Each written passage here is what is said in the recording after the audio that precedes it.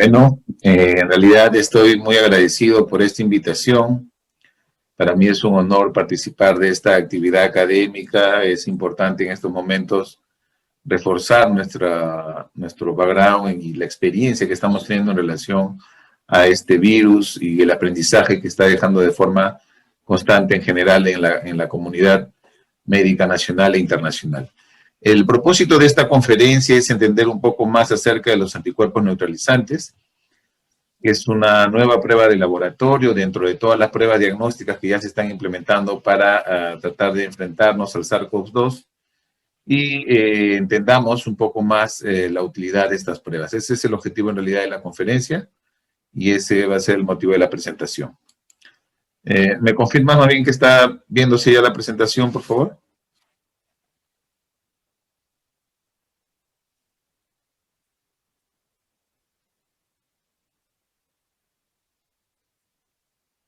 ¿Me confirman, por favor?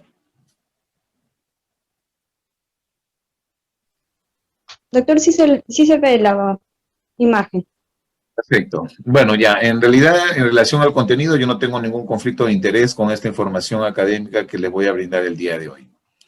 Y esto es en realidad lo que pasa. Tenemos un virus, estos virus quieren ingresar a la célula humana es la que está aquí, pero si nosotros tenemos anticuerpos que van a neutralizar ese virus, simplemente lo van a rodear, lo van a neutralizar, y este virus no tendrá la capacidad de generar una infección.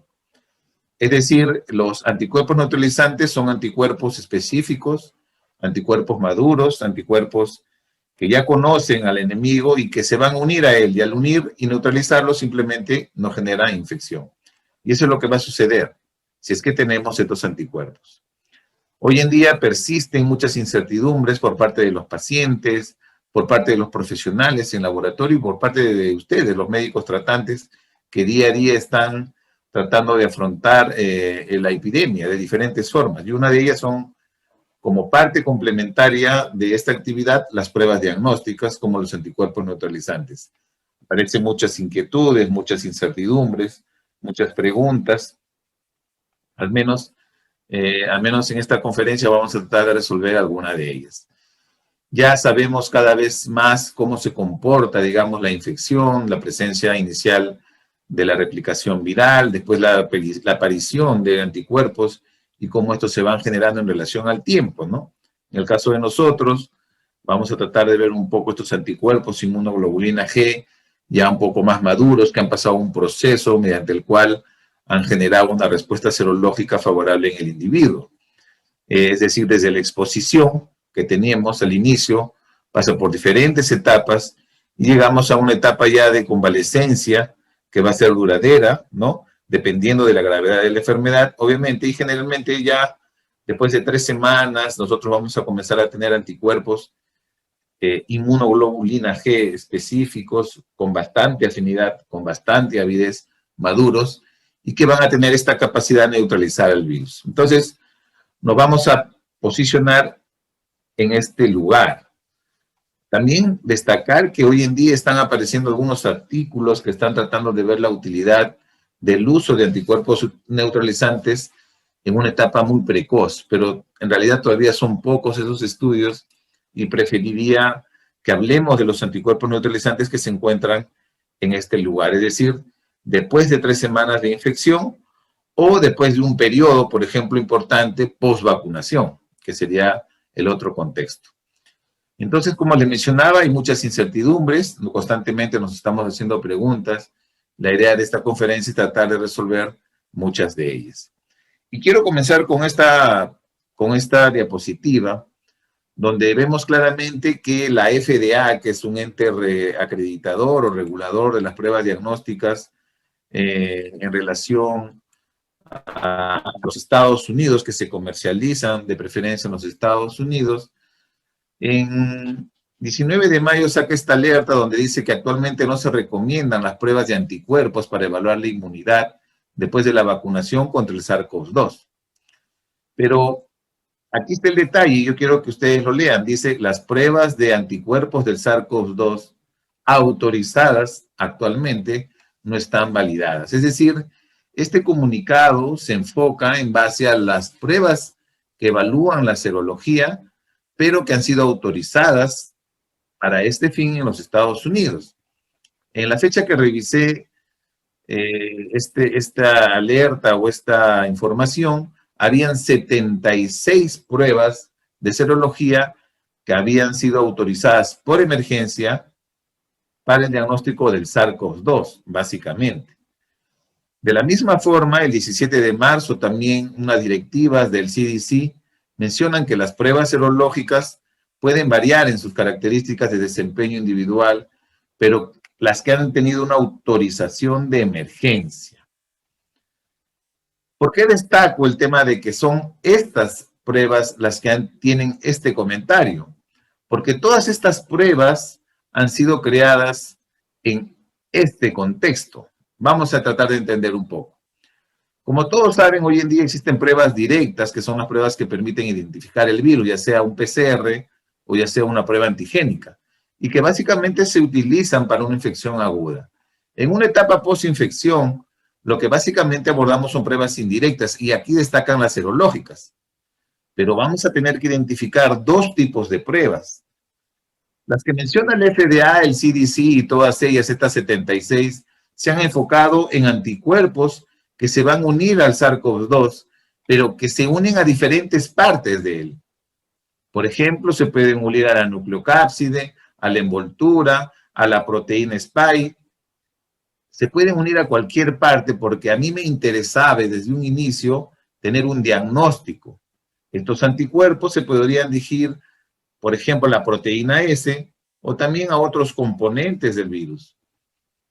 Han sido creados inclusive para medir anticuerpos inmunoglobulina N o anticuerpos que no tenían de repente mucha afinidad o mucha avidez, es decir, un poco inmaduros, porque el objetivo era tratar de ver de qué manera puedo diagnosticar el SARS-CoV-2.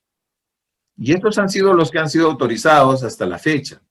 Por eso es que acá especifico que estos anticuerpos se dirigen a cualquier parte del virus.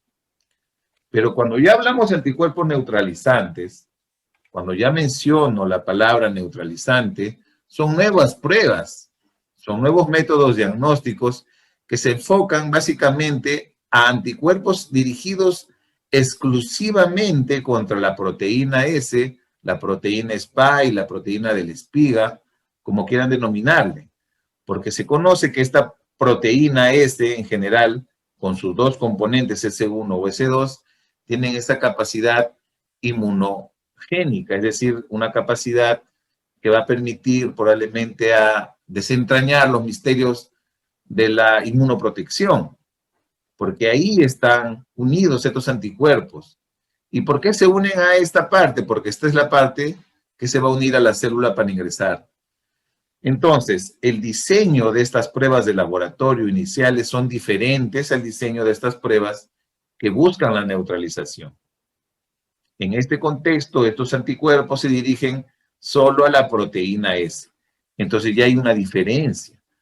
Por eso es que como estas pruebas, en realidad, las que han sido observadas por el FDA y también una colega en varias conferencias ha hablado del tema de que el CDC las prohíbe, son estas autorizadas de emergencia, que son 76. En ningún lugar de estos dos pronunciamientos van a encontrar sobre los nuevos métodos que detectan anticuerpos neutralizantes y que no están siendo considerados para ese fin. Con esta introducción vamos a tratar de entender un poco estos cuatro componentes. Vamos a hablar de la respuesta inmunitaria, ¿no? Y ahí vamos a hablar un poco más de la proteína S, el tema de las vacunas y las variantes, las pruebas que determinan estos anticuerpos y un poco del correlato de inmunoprotección, que es la parte que genera más incertidumbre. Desde la perspectiva de inmunológica o inmunitaria, al inicio, como dije, van a aparecer inmunoglobulinas M y G, pero que generalmente tienen una avidez y una afinidad menor. Y conforme pase el tiempo, y de acuerdo a la exposición de antígenos, después de unas semanas, meses, años, estos anticuerpos se hacen mucho más robustos. Queda la memoria probablemente con las células también en el cuerpo, de tal manera que estos anticuerpos son directamente específicos contra componentes del virus y lo van a neutralizar, van a ser anticuerpos mucho más maduros, pero han tenido que pasar un tiempo. Se sabe que al inicio existe un comportamiento monovalente y después ya la respuesta inmunológica que se hace multivalente, y son los que van a permitir en el tiempo generar este tipo de protección. Y eso es lo que tenemos que entender, que cuando hablamos de estos nuevos test, básicamente se enfocan en inmunoglobulinas G maduras de alta afinidad y de alta avidez. Como saben, en el tema de las vacunas, cada día tenemos más información de los diferentes estudios que se realizan. Un ejemplo claro es el uso de la vacuna contra la hepatitis B, donde sabemos que si la gente, o mejor dicho, los profesionales de la salud o las personas que son vacunadas con sus 3 dosis van a tener que ser evaluadas con unas pruebas que son anticuerpos contra la hepatitis B, y la mayoría de ellos con unos títulos superiores a 1000, probablemente hable de un correlato de protección importante, o más de 10 para decir que ya hay una protección. Al final, nosotros podemos identificar en la población quiénes realmente están protegidos contra este virus. Pero en el caso de la hepatitis B, que es algo bien conocido y que el virus probablemente no cambia tanto, no pasa eso, por ejemplo, con otros virus, como el virus de la influenza. Estos virus, por ejemplo, tienen la particularidad de cambiar. Por eso es que año tras año se actualizan, ¿no? Se mejoran y van a tratar de tener anticuerpos contra las nuevas cepas que han aparecido en un periodo estacional. Por eso es que todos los años se renuevan las generaciones o las versiones de la vacuna contra la influenza. Pero hay virus como por ejemplo el VIH que muta tanto que probablemente tener una vacuna sea compleja, aunque ahora de repente con el ARN génico se pueda dar un paso importante en relación a la lucha contra el VIH, pero han pasado muchos años. Pero el virus cambia tanto que es imposible en realidad tener probablemente una vacuna idónea. Entonces, este escenario lo estamos tratando de ver con la presencia del coronavirus. Hoy en día comienzan a aparecer algunas publicaciones donde la variante Delta probablemente tenga cierta capacidad de escape, ¿no? O de evasión a la respuesta inmune que ya teníamos contra el coronavirus. Entonces, este tema es un tema dinámico y básicamente la mayoría de mutaciones recaen en la proteína S, en esta proteína, que es la que va a ser la llave prácticamente para entrar en la cerradura humana. Y como ven, ¿cuánto tiempo ha pasado para tener una vacuna contra el coronavirus? Pasaron solamente 10 meses. Hay enfermedades como el VIH, que tenemos ya más de 38 años y hasta el día de hoy no tenemos una vacuna autorizada, por ejemplo. Hay otras enfermedades que han tomado, por decir, 43 años en el caso del ébola. Y así, sucesivamente, vamos a ver cómo se va desplegando la investigación en relación a las nuevas vacunas. Hoy día veía algunos reportes de Novavax, una nueva vacuna con proteínas que está generando cierto interés también en la comunidad científica por su capacidad de respuesta, pero en realidad las vacunas de tipo ARN mensajero, ¿no?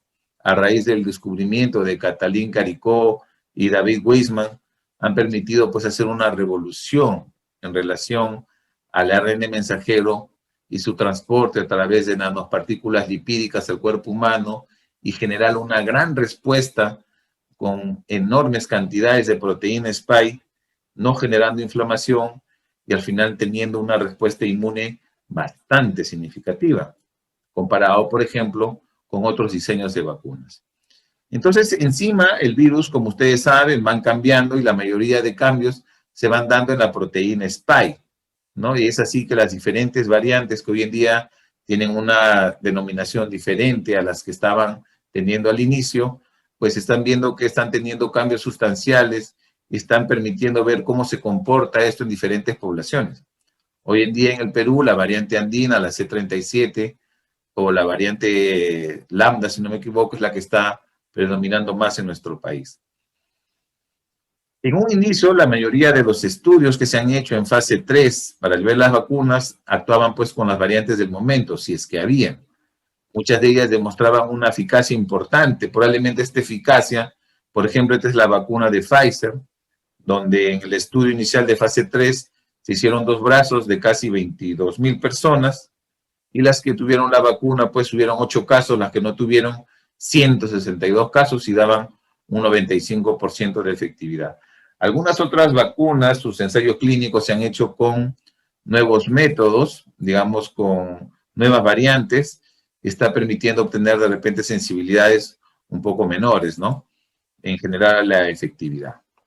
Pero este estudio, por ejemplo, se midieron inmunoglobulinas, ya inmunoglobulina G anti-RBD, que es un componente importante de la proteína Spike, especialmente de la porción S1, que es la responsable de generar esa unión entre el virus y el receptor AC2.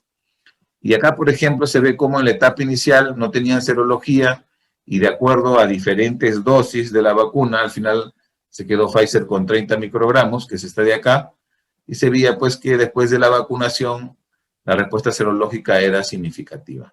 Y eso en general se ha visto con la mayoría de vacunas. Ya los estudios demuestran, este es un gran estudio realizado en Estados Unidos, ¿no? Y reportado en el CDC, donde se ve pues que en una red multiestatal de hospitales durante enero a marzo, por ejemplo, del 2021, estas vacunas con ARN mensajero tuvieron 94% de efectividad contra la hospitalización. Fue efectiva para que la gente no se hospitalizara después de ser vacunado con 2 dosis y 64% en adultos que tenían, por ejemplo, una sola dosis. Entonces el impacto es enorme. Otros estudios han visto, por ejemplo, cuando el suministro inicial se hizo solamente con una vacuna, después se reforzó con una segunda vacuna, se retrasó, vieron que después de pasado un tiempo, aparte, fuera del tiempo que había, digamos, informado los fabricantes, generó inclusive mayores títulos comparados con el esquema tradicional. Entonces, todo este escenario se está viendo. Ahorita también vemos ya estudios, por ejemplo, con el Combavac, donde se están combinando diseños de vacunas y se están evaluando las respuestas serológicas. Al final, por ejemplo, en ese estudio se ve claramente que los niveles de anticuerpos fueron 3.5 veces más altos que las personas que esperaron probablemente el tiempo tradicional para su vacuna, que era de 3 semanas. Entonces, aquellos que demoraron en ser vacunados, en otras palabras, tenían un mayor efecto de serología comparados con aquellos que se vacunaron en el mismo momento, o sea, como el fenómeno de incremento o el booster que le llaman. Otro metaanálisis importante, una revisión, un artículo publicado interesante también en Europa, del British Medical Journal, demuestra pues que la vacunación con dosis de Pfizer o de la vacuna de AstraZeneca se asoció a una reducción significativa del COVID sintomático en adultos mayores y con una mayor protección contra la enfermedad grave. En el caso de este estudio demostraron que las vacunas ambas eran similares. Y otro estudio que está ya más relacionado a la vacuna, por ejemplo, que se aplicó aquí en los profesionales sanitarios, publicados ya en fase 3, demostraba pues que las dos cepas, los dos tipos de vacunas que tenían de procedencia china, tenían una eficacia. Esto es en una población, si no me equivoco, del Medio Oriente, hablaban del 72% para una cepa y 78% en otra. Entonces, recuerden que las vacunas en general van a generar una protección contra el COVID severo, el COVID grave o con una probabilidad de no ir a UCI o no estar teniendo de repente un desenlace fatal. Sin embargo, hay que entender que también los factores de riesgo son importantes. Por eso es que independientemente de que uno haya sido vacunado, tiene que continuar con las medidas no farmacológicas, más aún si uno tiene factores de riesgo. Muy bien, entonces vamos a hablar ya un poco más de la proteína Spike. Esta proteína se sabía ya desde el año 2009, por ejemplo. Como sabemos, la primera epidemia apareció en el año 2002 y ya habían publicaciones que evidenciaban que la proteína S era el blanco para tratamientos, el blanco para desarrollar de repente algunos tratamientos con anticuerpos monoclonales. Ya se sabía mucho de esto. Estos estudios preliminares en el SARS-CoV permitió pues que hoy en día hayamos rápidamente tenido una vacuna, por ejemplo, ¿no? O anticuerpos monoclonales que también están en uso clínico. Y es aquí donde este componente del virus, la proteína S, comienza a tomar pues ya un mayor protagonismo por la capacidad que tiene de generar esa unión con sus fracciones S1 y S2 contra el receptor AC2. Y acá está la proteína en la membrana del virus, adherida, viene su componente trimérico de la proteína S, se une mediante el receptor, esta parte componente importante, el RBD, contra el receptor AC2, ¿no? Y la mayoría de los métodos diagnósticos inclusive se enfocan justo en esta sola porción, anti-RBD de la proteína S1, del componente trimérico de la proteína Spike. Sin embargo, hay estudios que también demuestran que otros componentes de la proteína, tanto de la parte C1, S2, otros dominios, por ejemplo, de unión, tienen también capacidad inmunogénica. Y esto es lo que realmente sucede, ¿no? Viene la proteína, se une, se genera una serie de cambios y al final permite que el ARN ingrese a la célula. Entonces, este componente RBD de la proteína Spike, del componente S1, es el que quizás ha generado mayor interés en la comunidad diagnóstica para generar pruebas contra esta estructura. Sin embargo, hay varios estudios que demuestran que el componente trimérico del de la proteína S del SARS-CoV-2 también generan respuestas inmunogénicas, ¿no? En este estudio, por ejemplo, llegaron a encontrar 19 anticuerpos que pudieron neutralizar, ¿no? En experimentos in vitro. Entonces, no solamente, de repente, algunos componentes dirigidos a la porción RBD acá en verde, sino de repente el NTD en amarillo u otros de la proteína S pudieran tener esa capacidad. Entonces, este es el concepto. En realidad, lo ideal sería abordar toda la proteína para comprender un poco más las respuestas que se puedan generar a todas estas estructuras en el virus, ¿no? NTD, RBD, este componente, por ejemplo, del S2, el HR1, en fin, ¿ya? Y este es el tema. Hoy día, cuando tratamos de abordar los anticuerpos neutralizantes, justo nos enfocamos en este concepto, ¿no? El virus viene con su proteína S, que vendría a ser la llave, quiere meterse a la cerradura, que tendría a ser este receptor AC2, pero si bloqueamos esta unión, si impedimos esta unión con anticuerpos, en definitiva el SARS-CoV-2 no va a poder ingresar. Entonces, cuando hablamos de anticuerpos neutralizantes, vendría a ser esa función, anticuerpos que van a bloquear al virus y no van a permitir que ingrese a la célula humana. Y eso es todo. Pero estos anticuerpos son probablemente anticuerpos maduros, inmunoglobulina G, con alta afinidad, con alta avidez, y que las pruebas diagnósticas que se han hecho para ese fin tienen que haber sido comprobadas mediante pruebas gold estándar, que son los que vamos a ver en este cuadro muy interesante. Si ustedes miran con atención, van a ver este triángulo que va desde arriba hacia abajo disminuyendo, básicamente quizás en la potencia de la prueba. Las que están en amarillo y que están con un fondo celeste, yo las considero como un primer nivel. Esta es una construcción mía, es una propuesta, es un planteamiento, puede tener errores, pero trate de acercarse un poco más para su comprensión. En este primer nivel, estos anticuerpos son detectados mediante pruebas gold estándar que necesitan un nivel de bioseguridad 3, es decir, son altamente contagiosos porque van a manipular virus vivo y células vivas.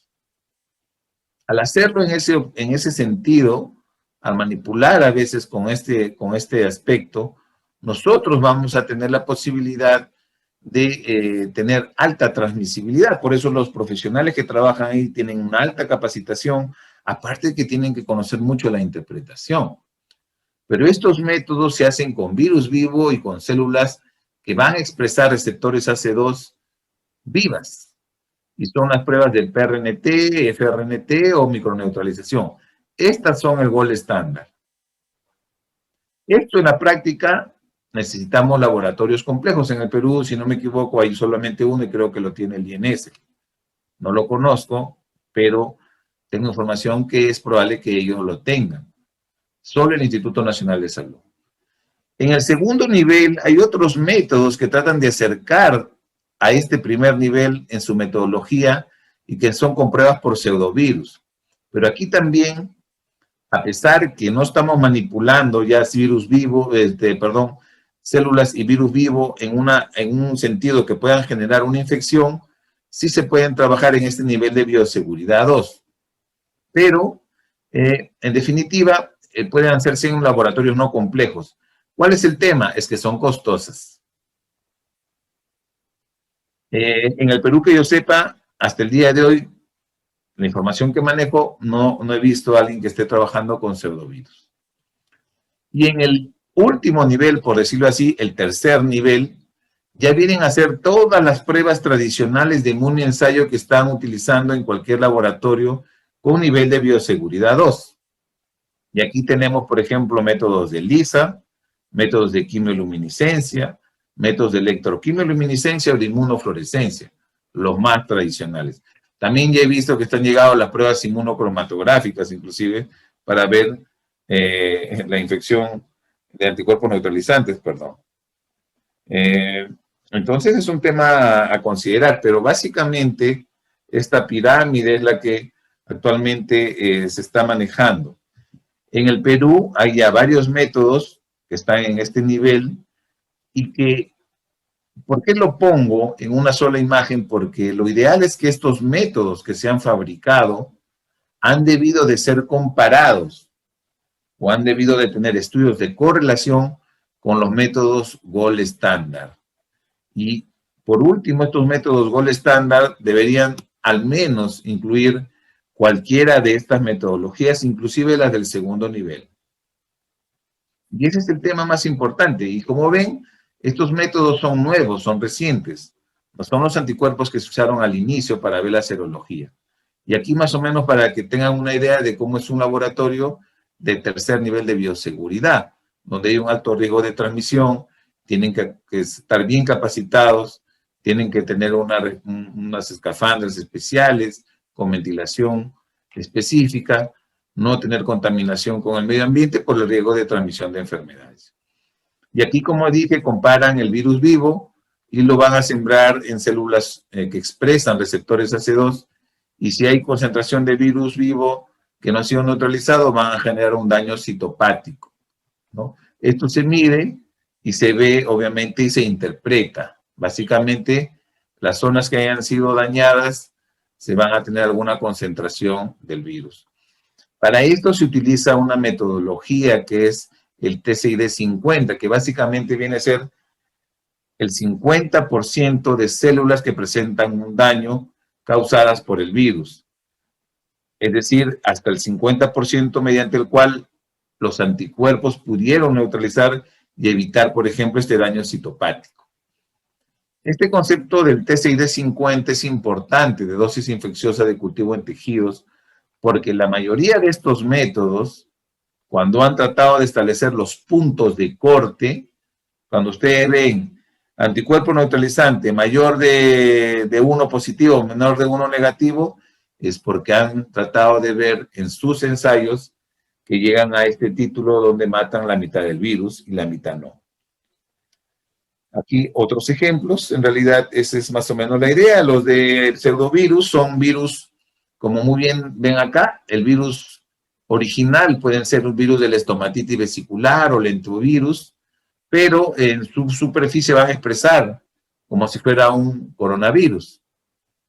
Si no hay anticuerpos neutralizantes, este virus va a infectar a esta célula y va a introducir este componente que sería la luciferasa, que viene de la luciérnaga, y va a generar al final una expresión de luz si es que el virus infecta. Pero si hubiera un anticuerpo neutralizante, como este caso, esta luciferasa no ingresa, por lo tanto no va a generar una interpretación en los pseudoviriones cuando se miden por luminometría. Este estudio, yo les recomiendo que lo lean. No es un estudio en realidad, es una revisión que hacen de la literatura en España. Ahí está el enlace para que lo puedan ver. Después los organizadores seguro les van a poder compartir la presentación. Es un estudio muy interesante porque habla de los anticuerpos neutralizantes elaborados con el Gold Standard. No lo menciona en el diseño, pero se asume que debe ser un PRNT o un FRNT, y ellos demuestran que un porcentaje importante de pacientes no detectan anticuerpos neutralizantes. Y acá, indetectable, miren, estamos viendo entre el 10 a 30% de pacientes. No es un porcentaje poco despreciable, ¿no? Que tengamos entre 10 a 30% de pacientes que, a pesar que de repente tienen la enfermedad o desarrollaron la infección o fueron vacunados, etcétera, no van a generar una respuesta inmunológica. Si con el gol estándar pasa, ¿por qué no podría pasar con los métodos de inmunoensayo? Sin embargo, hay que entender que los anticuerpos neutralizantes no solamente tienen una actitud humoral, sino que también contribuyen a la respuesta citotóxica. Y eso no se valora con estas pruebas. Por eso cuando uno hace en realidad un anticuerpo neutralizante, hay que entender que está valorando el 50% de la respuesta inmunológica. No estamos abordando el otro 50%, que es la respuesta celular. Inclusive estas metodologías, que son el gol estándar, todavía pudieron tener algunas deficiencias en relación a su sensibilidad, pero al final hay que entender que la neutralización va a estar asegurada, ¿no? Debido de que, a pesar que tenga pocos títulos, no significa que no existan una cantidad importante que pudiera de repente permitir una neutralización, pero que no son detectados por los métodos gol estándar. Entonces, al final, estos métodos ideales, pues los métodos que se utilizan por neutralización en laboratorios de bioseguridad nivel 3 u otras variantes. En realidad este es también un ELISA, pero igual lo puedo considerar acá como una variante alternativa. Van a permitir, pues, detectar de manera adecuada los anticuerpos neutralizantes. Sin embargo, los métodos que usamos por inmunoensayo han debido de ser comparados con estos métodos. Y ustedes tienen todo el derecho de poder solicitar al laboratorio el inserto, así como van a una farmacia y piden el inserto del medicamento, pudieran pedir al laboratorio que les brinde el inserto del método que utilizan. Ustedes pueden leer o consultar. Yo encantado, por ejemplo, recibirlos y darles alguna orientación. Otro tema importante a ver es que la cantidad de muestras que tienen que utilizar para su validación es importante. Y al final, ver el tema de su sensibilidad. Bueno, estos son detalles ya que lo podemos ver nosotros como patólogos, digamos como médicos especialistas para tratar de interpretar si ese test es bueno o no es bueno.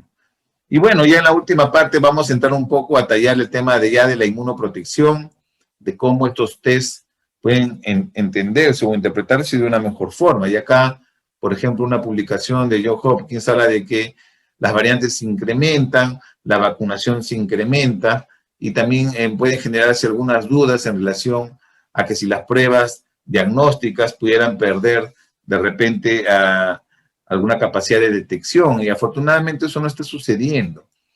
Han habido algunas alertas con algunas pruebas moleculares que utilizaban componentes especiales de amplificación en relación a la proteína S, que es la que muta más, pero la mayoría de las pruebas tratan de buscar componentes del virus que no mutan con tanta frecuencia o que no tienen esa capacidad de mutación para tratar de mantener, digamos, una estabilidad del método. De la misma forma aparece el tema de vacunación, y acá justo el doctor Murphy habla sobre este tema, ¿no? De las pruebas y cómo estas pruebas comerciales pues no van a buscar anticuerpos que puedan estar generados por el diseño de la vacuna. Y era en relación a lo que les comentaba. Estas pruebas autorizadas de emergencia en los Estados Unidos pueden buscar diferentes componentes. Pero si yo tengo una vacuna, por ejemplo, si yo tengo una vacuna génica que solamente voy a generar proteínas spike, es decir, proteínas S, es decir, S1, es decir, RBD, y tengo un anticuerpo que son anticuerpos contra la nucleocápside, definitivamente me va a salir recontra negativo, porque no estoy buscando lo que debería buscar. Entonces lo que tenemos que entender es que el diseño de la vacuna, el tipo de la vacuna es importante al momento de elegir la prueba. Y también es importante entender que la mayoría de las pruebas de laboratorio que hasta el día de hoy se siguen usando y que no fueron fabricadas para determinar anticuerpos neutralizantes, pueden generar una confusión al momento de querer utilizarlas yo. Después, por ejemplo, si me vacuné y quiero ver si es que tengo o no algún tipo de anticuerpos. Entonces, muchas personas darán negativo en estas pruebas. Y eso no significa que la vacuna no funcione. Hay que tener mucha atención. Este componente es importante y hay que entenderlo e interpretarlo de la forma más adecuada. Hay estudios que ya se han visto claramente que el antecedente de COVID importa. Por ejemplo, estos pacientes vacunados con Pfizer, que están seropositivos, que han tenido positividad contra el COVID, miren cómo tienen una mayor concentración de anticuerpos comparados con aquellos que no tenían COVID. Y solo con una dosis, ¿no?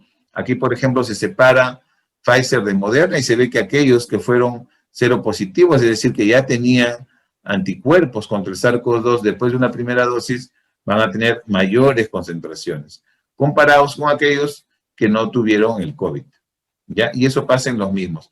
Títulos inclusive que son de 10 a 45 veces más altos que los vacunados sin inmunidad. Como le mencioné al inicio, ya están saliendo algunos estudios donde tratan de ver la importancia de que a pesar que estamos en una etapa precoz de la infección, la presentación prematura de anticuerpos neutralizantes ayudarían a predecir una presentación grave probablemente de la enfermedad. Y esto se irá viendo en el camino en relación a nuevos estudios, probablemente, que traten de abordar específicamente. Por ejemplo, acá vienen y comparan como punto de día 14 aquellos que inicialmente tenían anticuerpos versus aquellos que tenían presentaciones posteriores y que eso estaba relacionado a la mortalidad, carga viral y otros factores. Por eso dice que la producción temprana, inclusive de anticuerpos neutralizantes, se correlacionó con la mejoría de los signos clínicos. Claro, es evidente que si temprano nuestro cuerpo reacciona con una concentración importante de anticuerpos neutralizantes, a pesar de que no sean tan maduros, van a ayudar en ese fin. Ahí el tema es buscar adecuadamente el test. Otro estudio muy interesante que yo se los recomiendo que lo puedan ver, esto todavía está en preprint, esto lo pude ver en el 3 de mayo, inclusive ellos utilizaron pseudovirus para ver los anticuerpos neutralizantes. Después de evaluar a pacientes que han tenido COVID, ojo, estos 1000 pacientes tuvieron COVID y en 4 periodos evaluaron su inmunidad. Y miren al final lo que encuentran, que 3% de ellos tuvieron super anticuerpos, es decir, un grupo que le llamaron anticuerpos de élite o anticuerpos o super anticuerpos, que eran anticuerpos que tenían pues altas concentraciones de anticuerpos neutralizantes en estos pacientes, ¿no? El promedio de 21% tenían altas concentraciones, estos tenían el 3% solamente muy altas, 45% el promedio, 10% bajos y miren, 21% no tenía anticuerpos neutralizantes. Y ojo, repito, estoy hablando de métodos Gold estándar. Si con métodos Gold estándar tengo un porcentaje importante, inclusive en pacientes convalecientes que no tienen anticuerpos neutralizantes, con las pruebas de inmunensayo es probable que yo encuentre. Entonces, hay que entender este porcentaje. Y miren en qué porcentaje encontraron, por ejemplo, niveles bajos o niveles promedio, personas jóvenes, personas que en definitiva habían tenido síntomas moderados o fueron asintomáticos. Y miren, el sexo femenino como una variable a interpretar en este estudio. Mírenlo, interprétenlo, es un artículo muy interesante, probablemente se llegue a publicar. Las variantes, como le dije, emergen, ya se está hablando cada vez más de la vigilancia genómica en el país, eso en realidad me agrada mucho, y es bueno que se entienda la necesidad de hacer vigilancia genómica, ¿no? Es importante tratar de estudiar especialmente a aquellos pacientes que han sido vacunados y que desarrollan formas graves, probablemente esté asociado a una variante. Es importante entender también que hay poblaciones específicas que son los que pueden generar también estas variantes, es decir, como pacientes que puedan generar variantes por algunas condiciones clínicas importantes, por ejemplo, como la inmunosupresión, etc.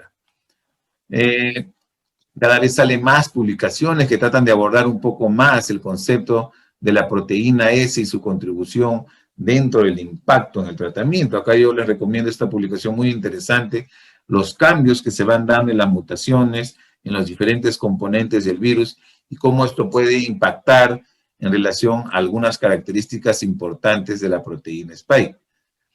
Otro tema importante que es interesante destacar es el tema relacionado a la armonización. Esto, bueno, puede ser un poco engorroso, pero voy a tratar de ser totalmente didáctico. Si nosotros tenemos una prueba de laboratorio, vamos a poner anticuerpos neutralizantes como un ejemplo, y tenemos 3 laboratorios diferentes. Estos 3 laboratorios lo van a procesar con 3 métodos diferentes, que para mala suerte no tienen un patrón igual. A ver, si yo les pregunto a ustedes qué edad tienen, todos probablemente me van a dar en años. Sabemos que un año tiene 12 meses. Si les pregunto cuánto pesan, me van a decir probablemente kilos. Sabemos que un kilo tiene 1000 gramos. Si les pregunto cuánto miden, probablemente muchos medirán más de 1 metro y sabemos que 1 metro tiene 100 centímetros. Es decir, sabemos los patrones. En laboratorio, un patrón vendría a ser un calibrador que viene con el reactivo. Pero si tengo 3 calibradores diferentes, 3 laboratorios con 3 calibradores diferentes, con 3 patrones de medida diferentes, voy a tener resultados totalmente ambiguos que si inclusive están incluidos en una guía de práctica clínica, quizás no sean los mejores resultados para los pacientes, van a ser resultados inciertos. Pero ¿qué pasa a lo contrario si yo tengo una prueba donde los 3 laboratorios trabajan con el mismo calibrador, con el mismo patrón? Sí voy a poder establecer quizás un valor de referencia, una unidad determinada que esté incluida en una guía y que me diga que a partir de aquí, por ejemplo, los pacientes están inmunoprotegidos y podamos probablemente tener los mejores resultados. Entonces, las pruebas de laboratorio que determinan anticuerpos neutralizantes, ¿están armonizadas? ¿Están aquí o están acá? Y lamento decir que todavía están aquí. Digo todavía, ¿por qué? Porque afortunadamente, como muchas cosas se están dando rápidas en esta enfermedad, también la OMS ya se está preocupando y ha establecido un certificado de material de referencia para que las empresas que crean pruebas contra anticuerpos neutralizantes o contra gerología en general, contra el SARS-CoV-2 lo expresen en las unidades BAO por mililitro, ¿no? Esto es importante porque si todas las pruebas, todas las marcas comienzan a liberar resultados en unidades determinadas, vamos a entender que van a comenzar a aparecer niveles mediante los cuales yo pueda determinar alguna decisión. Y de esta forma, por ejemplo, acá les pongo 3 ejemplos de pruebas que se están usando ahorita en el mercado para abordar anticuerpos neutralizantes. Tenemos un método de ELISA, que es cualitativo, que me dice positivo o negativo y que se expresa en porcentaje. Sin embargo, en realidad el método es cualitativo. Tiene un método muy particular, es un diseño que trata de semejar muy bien al receptor AC2 humano y al RBD del virus, ¿no? De forma recombinante, es un diseño que se acerca mucho, en realidad, al que se hace in vivo, pero en realidad sigue siendo un ELISA y es una prueba cualitativa. Tenemos otro método, por ejemplo, por electroquimiluminiscencia, que me da otros valores, miren, menos de 0.8, mayor de 0.8 unidades por mililitro, pero que mide anticuerpos dirigidos contra la porción RBD de la proteína S, ¿no? Inmunoglobulina G. Y tenemos de repente otro ensayo por quimioluminiscencia que me mide con valores más de 33 o menos de 33, pero ya expresada en unidades BAO, pero que tiene diferentes anticuerpos que se unen a diferentes componentes de la proteína S. Entonces, como ven, son 3 métodos de diferente forma, pero todos totalmente diferentes en relación a las unidades. Al final, si a eso le agregamos que tenemos diferentes vacunas que me pueden generar diferente respuesta inmune, ¿no? Ya sea por vacuna génica, vectores virales o virus inactivado, vamos a tener que el diseño de la vacuna, ¿no? Orientado al antecedente de COVID, porque también importa, veremos al final pues este correlato de protección. Entonces yo, esta es una propuesta mía, considero que en un futuro vamos a tener una cantidad determinada, por ejemplo, de unidades BAO por mililitro para un tipo de diseño, un valor determinado para otro diseño, un valor determinado para otro diseño, pero esto es un ejemplo. ¿Cuándo conoceremos en realidad cuál es el verdadero valor de inmunoprotección? Pues cuando existan mayores estudios que traten de abordar este tema con unidades armonizadas. Muy bien, acá también la OMS establece un reporte sobre la inmunidad natural. Esto ha sido publicado el 10 de mayo. Habla de que la mayoría de pacientes producen anticuerpos. La edad y la gravedad de los síntomas importan. La duración de la inmunidad puede ser de 6 a 8 meses. La proteína S es fundamental para entender. Hay otras proteínas también que pudieran afectarse, pero en líneas generales esta es la más importante. Y los correlatos de protección aún no se conocen porque, como le digo, están mencionados en relación a eso. Hay estudios también que van demostrando que la inmunidad al COVID dura al menos un año, ¿no? Quizás hay estudios que todavía están en preprint, levantándose. Es la época de los preprint en realidad, pero hay que leer bien estudios. Hay estudios muy buenos y que probablemente terminan publicándose, donde hablan que las células que convergen, que conservan la memoria del virus, siguen en la médula por mucho tiempo. Es decir, entre comillas, ya ficharon al virus y lo tienen ahí. Ante aparezca la oportunidad de un nuevo ingreso, producirán anticuerpos. Y los linfocitos B de memoria, igual que los linfocitos T tal vez, pues duran por mucho tiempo dentro del cerebro. Y estos son publicaciones recientes que se irán publicando. Entonces, no olvidemos que también la respuesta celular puede ser explorada. Hay algunas pruebas como esta, por ejemplo, aprobada solamente para los Estados Unidos, trata de buscar pues esta respuesta celular. Sin embargo, al final, la misma de las limitaciones del test dice que no se ha establecido el rendimiento de esta prueba en personas que han recibido una vacuna, o no se ha establecido la importancia clínica de un resultado positivo o negativo después de la vacunación con COVID, y el resultado de esta prueba no debe ser interpretada como una indicación o grado de protección contra la infección después de la vacunación. Es decir, a pesar que abordan también la parte celular, todavía no está tan bien definido. Conclusión. Sabemos que las pruebas serológicas que se han usado por mucho tiempo y se siguen usando han sido cualquier tipo de anticuerpo que se unieron contra el SARS-CoV-2, que fueron métodos que en general se han hecho contra PCR, pacientes enfermos, pero que no fueron validados contra métodos gold estándar para la detección de anticuerpos neutralizantes. Sin embargo, hoy en día tenemos nuevos métodos que detectan anticuerpos neutralizantes que han sido validados contra el gold estándar y quizás sean los que más se pudieran acercar a esta respuesta en un futuro. Linfocitos, virus, anticuerpos, proteína spike, anticuerpos neutralizantes contra la proteína spike, métodos de inmunoserología, inmunoensayo que han sido validados con métodos por gold estándar, vacunas, anticuerpos, inmunoprotección, es lo que en realidad vamos a ir viendo en el futuro. Este sería el resumen de cuál sería el diseño detrás de la utilidad de estos test. Y para finalizar, la pandemia, como ven, sigue. Lamentablemente, los países con altos ingresos han consolidado el uso de las vacunas. Hoy en día, inclusive, vemos campañas por el director de la OMS pidiendo a los hospitales, a los países, de altos ingresos que donen sus vacunas, que no estén vacunando a más jóvenes o adolescentes que tienen poca probabilidad de hacer la enfermedad grave y que donen a países que necesitan de repente la vacuna. Inclusive hay países que ni siquiera han recibido la vacuna. Por ejemplo, en África tenemos países que ni siquiera hay un promedio de un vacunado por cada 100. Hoy en día el promedio en el mundo es 18 dosis por cada 100 personas. Entonces tenemos que buscar una equidad y justo la inequidad es la que genera mayor distanciamiento entre lo que realmente necesitan los países y lo que algunos países con altos ingresos están realizando, ¿no? Ejemplos, por ejemplo, como el impacto de la variante Delta en la India está generando pues desolación. 10 millones de razones para vacunar al mundo. Necesitamos obviamente más suministros. No esperemos que nuevos escenarios como el de la India se repitan con terceras o cuartas olas en nuestro país o en otros lugares.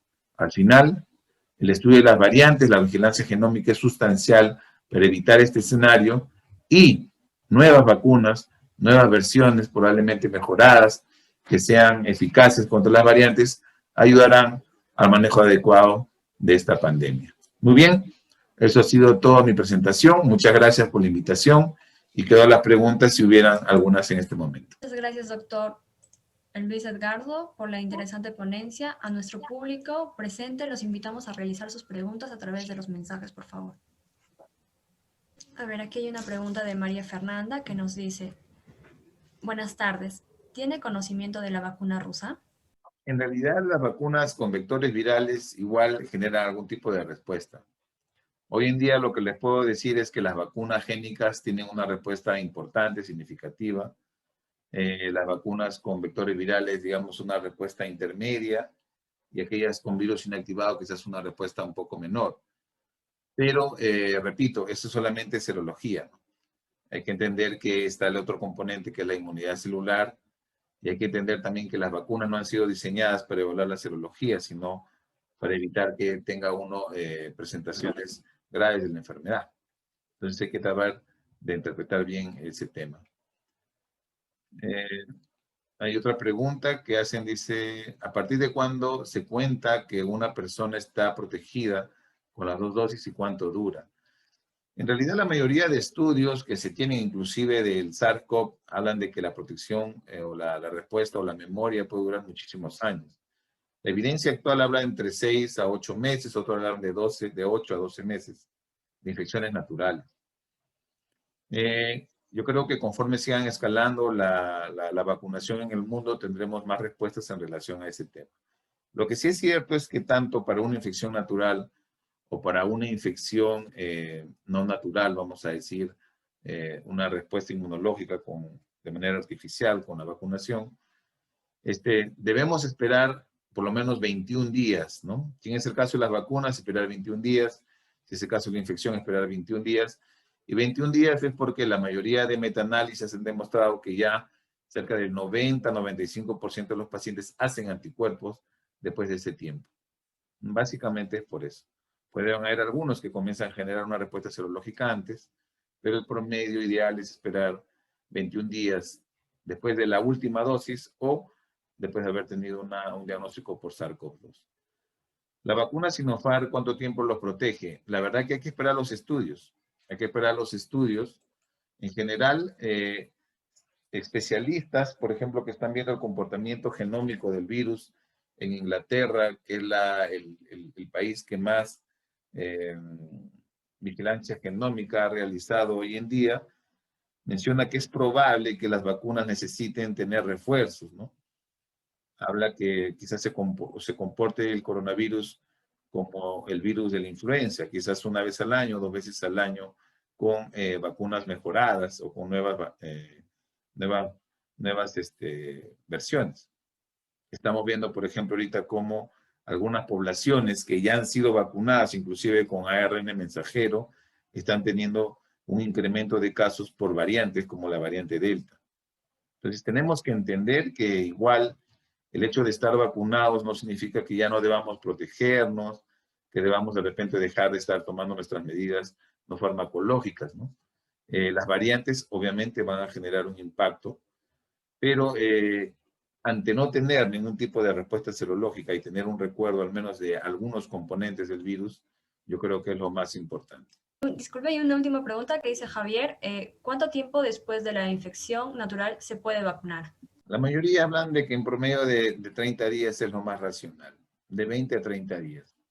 Si ha sido un COVID leve, yo creo que es un tiempo más que suficiente para poder vacunarnos sin ningún problema. Ahora sí, una vez más le agradecemos por la participación. Damos por finalizado su participación para dar pase a la siguiente.